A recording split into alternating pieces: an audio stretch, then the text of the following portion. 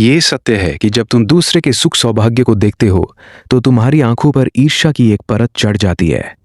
ये परत इतनी घनी होती है कि तुम अपने ही आंगन में खिले फूलों को देखना भी भूल जाते हो। तुम्हारी दृष्टि विकृत हो जाती है और तुम केवल वही देख पाते हो जो दूसरे के पास है, न कि वो जो तुम्हारे पास पहले से है। ये ईर्ष्या का जहर धीरे धीरे तुम्हारी चेतना में इस तरह घुल जाता है कि तुम अपने अस्तित्व की मिठास को ही भूल जाते हो। तुम दूसरे की थाली में देखते रह जाते हो और अपनी थाली में रखी अमृत की बूंदें सूखने लगती हैं। तुम नहीं जानते कि ये परत जितनी मोटी होती जाती है उतना ही तुम्हारा अपना भीतरी प्रकाश मंद पड़ता जाता है। तुम एक ऐसे अंधे कुएं में गिर जाते हो जहां तुम्हारे अपने होने की आवाज भी गूंजना बंद कर देती है।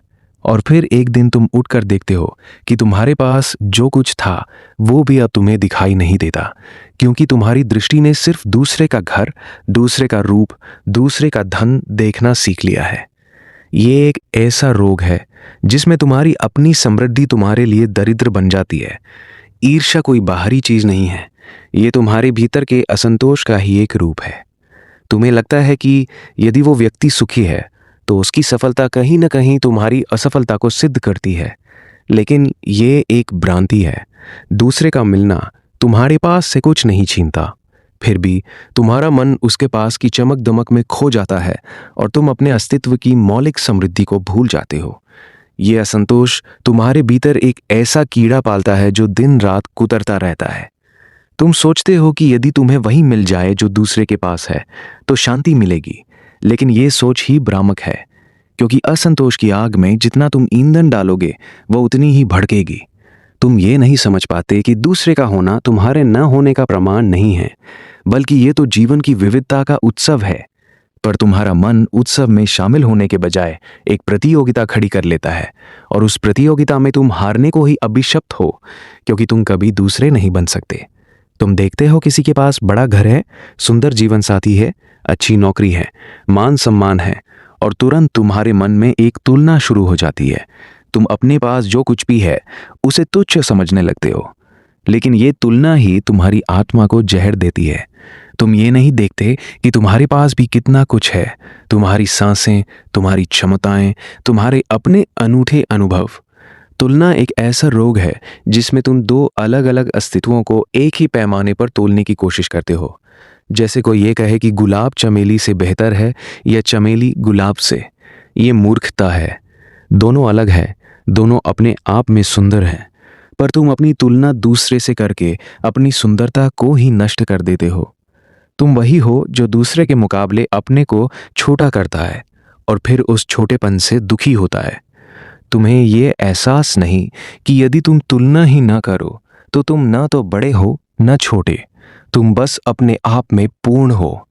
ये संसार ऐसा है मानो एक बगीचा हो। एक पेड़ पर आम लगते हैं, दूसरे पर अमरूद, तीसरे पर नारंगी। क्या आम का पेड़ नारंगी से ईर्ष्या करता है? नहीं, क्योंकि प्रकृति का नियम ही अलग है। हर पेड़ अपनी पूर्णता में लगा है, लेकिन तुमने अपने मन में एक विकार पाल लिया है कि तुम वही बनना चाहते हो जो दूसरा है। यही तुम्हारी दुर्दशा का मूल है। यदि आम का पेड़ नारंगी बनने की कोशिश करे तो वो ना तो आम रहेगा ना नारंगी, बस एक विक्षिप्त पेड़ रह जाएगा। ठीक यही तुम्हारे साथ होता है। तुम अपनी जड़ों को छोड़कर दूसरे के फलों को अपनाने चल देते हो।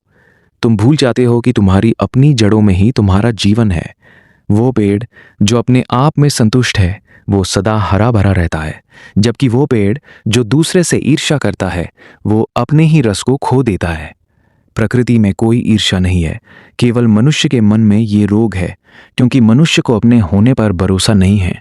वो लगातार दूसरे से अपनी तुलना करके अपनी कीमत तय करता है। ईर्ष्या का अर्थ है कि तुमने अपने होने को स्वीकार नहीं किया। तुम लगातार दूसरे के अस्तित्व में जी रहे हो। तुम्हारी ऊर्जा दूसरे के जीवन को देखने भालने में खर्च हो जाती है और तुम्हारा अपना जीवन सूख जाता है। तुम एक ऐसे रोग से ग्रस्त हो जाते हो जिसमें तुम्हारी आंखें तो खुली है, लेकिन देखती केवल दूसरे की समृद्धि है। ये ऐसा है जैसे कोई प्यासा व्यक्ति समुद्र की ओर देखे और समुद्र के नमकीन पानी को पीने की चाह में अपने पास रखे मीठे जल के घड़े को ही फेंक दे। तुमने अपने भीतर जो ऊर्जा है उसे तुम दूसरे को देखने में लगाते हो, तुम वही कर रहे हो जो एक चोर करता है। तुम दूसरे की जेबें तो देखते हो पर अपना बटुआ खो बैठते हो। तुम्हारी आंखों का रस दूसरे के रंगों में बह जाता है और तुम्हारा अपना जीवन रंगहीन हो जाता है। तुम ये नहीं समझते कि ईर्ष्या एक ऐसी आग है जिसमें तुम दूसरे को नहीं बल्कि स्वयं को जलाते हो। दूसरा तो अपने सुख में मस्त है, तुम अपनी ईर्ष्या की ज्वाला में तड़पते हो। जब तुम किसी को सुखी देखते हो तो तुम्हारा मन तुरंत कहता है ये अन्याय है, मुझे भी ये मिलना चाहिए। लेकिन क्या तुमने कभी गौर किया है कि उस सुख के पीछे कितनी पीड़ा, कितने संघर्ष, कितनी रातों की नींद हराम होती है? तुम केवल फल देखते हो, जड़ें नहीं देखते। हर किसी के पास कुछ न कुछ ऐसा है जिसे पाकर वो पीड़ित भी है, लेकिन तुम्हें तो सिर्फ चमकती हुई पत्तियां दिखती हैं। तुम कल्पना भी नहीं कर सकते कि जिस व्यक्ति से तुम ईर्ष्या करते हो वो स्वयं कितनी रातें रोया होगा, कितने दिन भूखा रहा होगा, कितने रिश्तों को तार तार होता देखा होगा। तुम केवल उसकी जीत का तमगा देखते हो, उसकी हार का इतिहास नहीं। हर सुख के पीछे एक लंबी तपस्या होती है, एक गहरी चुप्पी होती है, एक अनकही पीड़ा होती है। पर तुम्हारी ईर्ष्या की आंखें वो नहीं देख पाती, भी तो सिर्फ बाहरी चमक देखती हैं, भीतरी जलन को नहीं। यदि तुम सच में उस व्यक्ति के जीवन को पूरा देख पाते तो शायद तुम्हारी ईर्ष्या करुणा में बदल जाए। पर ईर्ष्या का स्वभाव ही अंधा होना है। तुम ये भूल जाते हो कि तुम्हारी अपनी जिंदगी में भी कितने आशीर्वाद हैं। तुम्हारा स्वास्थ्य, तुम्हारा परिवार, तुम्हारे मित्र, तुम्हारी छोटी छोटी खुशियां, ये सब तुम्हारी आंखों से ओझल हो जाता है क्योंकि तुमने अपनी दृष्टि को दूसरे की थाली में टिका दिया है। ईर्ष्या अंधी होती है, ये तुम्हारे अपने धन को तुमसे छुपा लेती है। तुम्हें पता नहीं कि तुम्हारे पास जो तालीम है वो करोड़ों लोगों के लिए स्वप्न है। तुम्हारे पैर जमीन पर है, तुम्हारे फेफड़ों में हवा है, तुम्हारे दिल में धड़कन है, ये सबसे बड़े आशीर्वाद है। पर तुम्हारी ईर्ष्या इन्हें तुच्छ बना देती है। तुम कहते हो ये तो सबके पास है, लेकिन यही तो भूल है, सबके पास नहीं है। लाखों लोग ऐसे हैं जिनके पास ये भी नहीं है। तुम अपने पास की उस साधारण सी लगने वाली चीज को भी नहीं देखते जो किसी और के लिए असाधारण है। तुम्हारी आंखों पर ईर्ष्या का जो पर्दा पड़ा है वो तुम्हें सब कुछ धुंधला दिखाता है, यहां तक कि तुम्हारी अपनी रोशनी भी। एक बात और समझो, ईर्ष्या कभी संतुष्ट नहीं होती। जैसे आग में घी डालने से वो और भड़कती है, वैसे ही यदि तुम्हें वो मिल भी जाए जिसकी तुम ईर्ष्या करते हो तो तुरंत तुम्हारा मन किसी और चीज के लिए तरसने लगेगा। ईर्ष्या का कोई अंत नहीं है क्योंकि ये एक अंतहीन दौड़ है। इस दौड़ में तुम हारते ही हो, चाहे कितना भी पा लो। ये एक ऐसा राक्षस है जो कभी नहीं भरता। तुम उसे जितना खिलाओ वो उतना ही भूखा हो जाता है।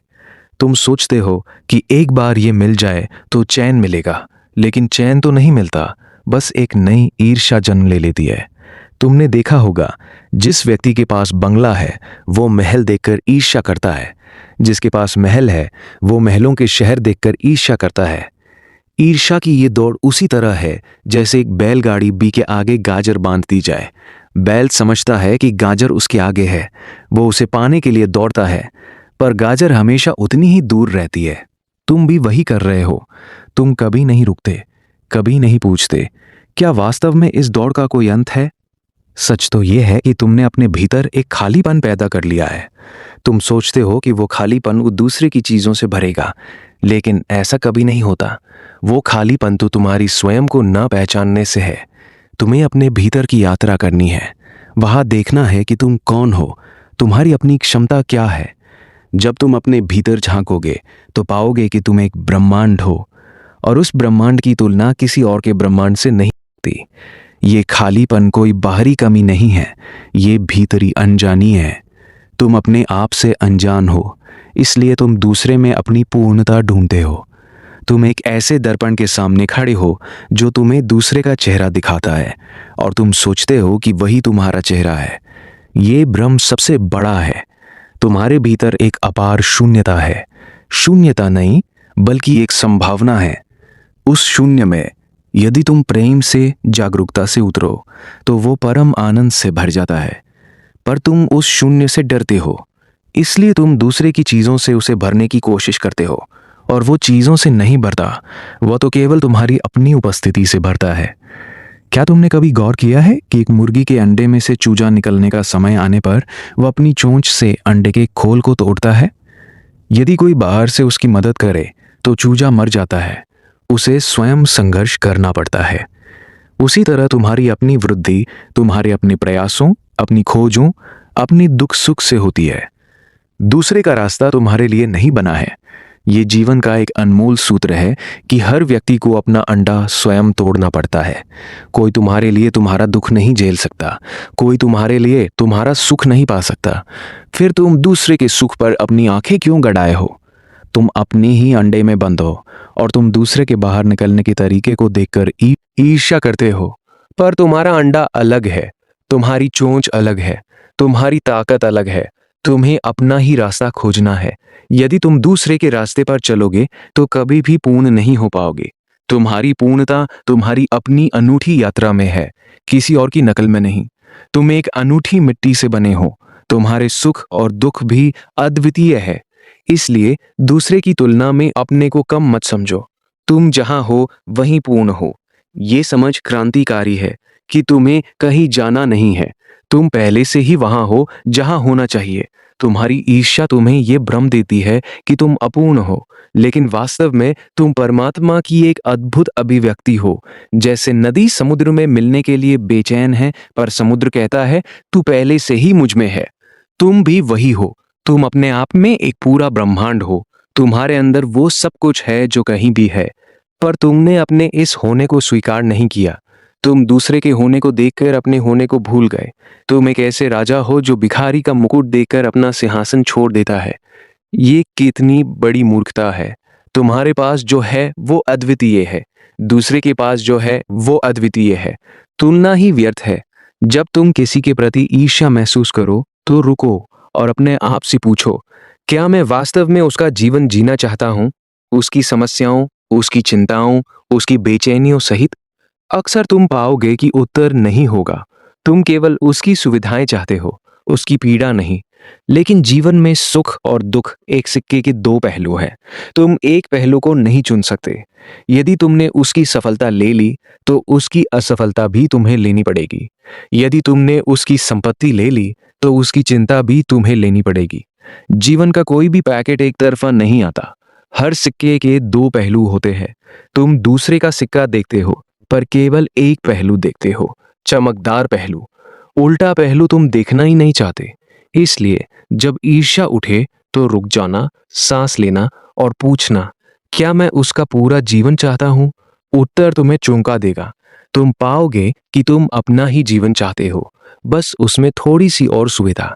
और वो सुविधा तुम अपनी ईर्ष्या के जहर में डूबे बिना भी पा सकते हो। ईर्ष्या से बाहर निकलने का एकमात्र उपाय है कृतज्ञता। जो तुम्हारे पास है उसके प्रति सच्चा आभार अनुभव करो। प्रतिदिन सुबह उठकर 5 चीजें लिखो जिनके लिए तुम आभारी हो। चाहे वो एक कप चाय हो, एक दोस्त की मुस्कान, सूरज की किरण या तुम्हारी सांसें। धीरे धीरे तुम्हारी दृष्टि बदलने लगेगी। तुम देखने लगोगे कि तुम कितने धनी हो जबकि तुम गरीब समझ रहे थे। कृतज्ञता एक जादू है। ये तुम्हारी आंखों पर से ईर्ष्या का पर्दा हटा देती है। जब तुम सच में आभारी होते हो तो तुम्हारे पास जो है वो पर्याप्त से भी अधिक लगने लगता है। कृतज्ञता तुम्हें संतुलित करती है, तुम्हें जमीन से जोड़ती है। ये तुम्हें बताती है कि तुम्हारे पास पहले से ही बहुत कुछ है। और जब तुम ये जान लेते हो तो दूसरे के पास की चीजें तुम्हें छोटी लगने लगती हैं।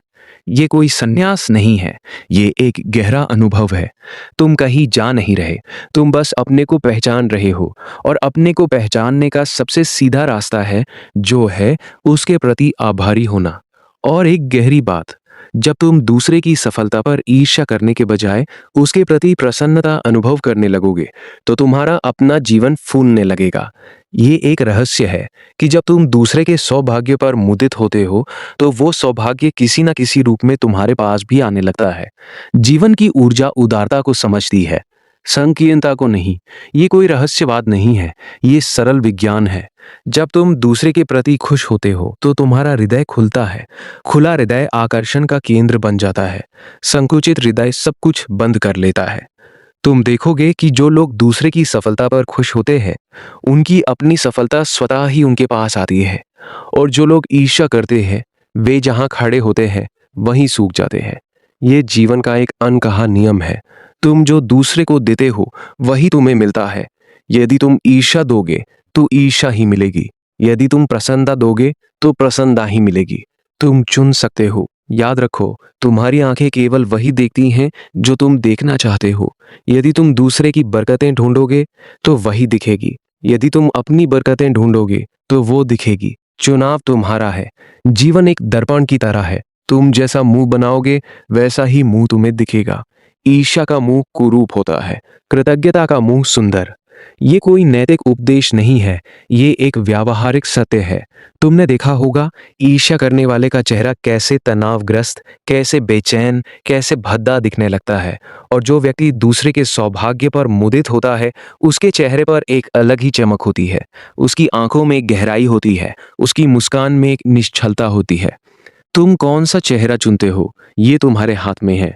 दर्पण तो बस दिखाता है, तुम अपना चेहरा खुद बनाते हो। इसलिए आज ही ईर्ष्या के उस जहर को बाहर फेंक दो।